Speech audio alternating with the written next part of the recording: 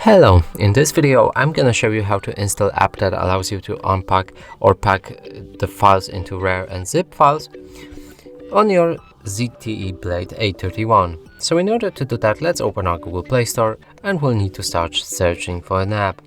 Here enter RAR and then press the search button. Now select this app and we can install it.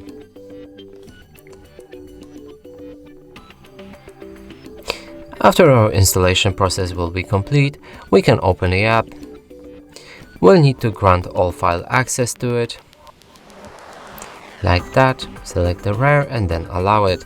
Now go back, dismiss, and the app is ready. And that's it for this video. Hope you like it. Please consider subscribing to our channel, leave a like and a comment below.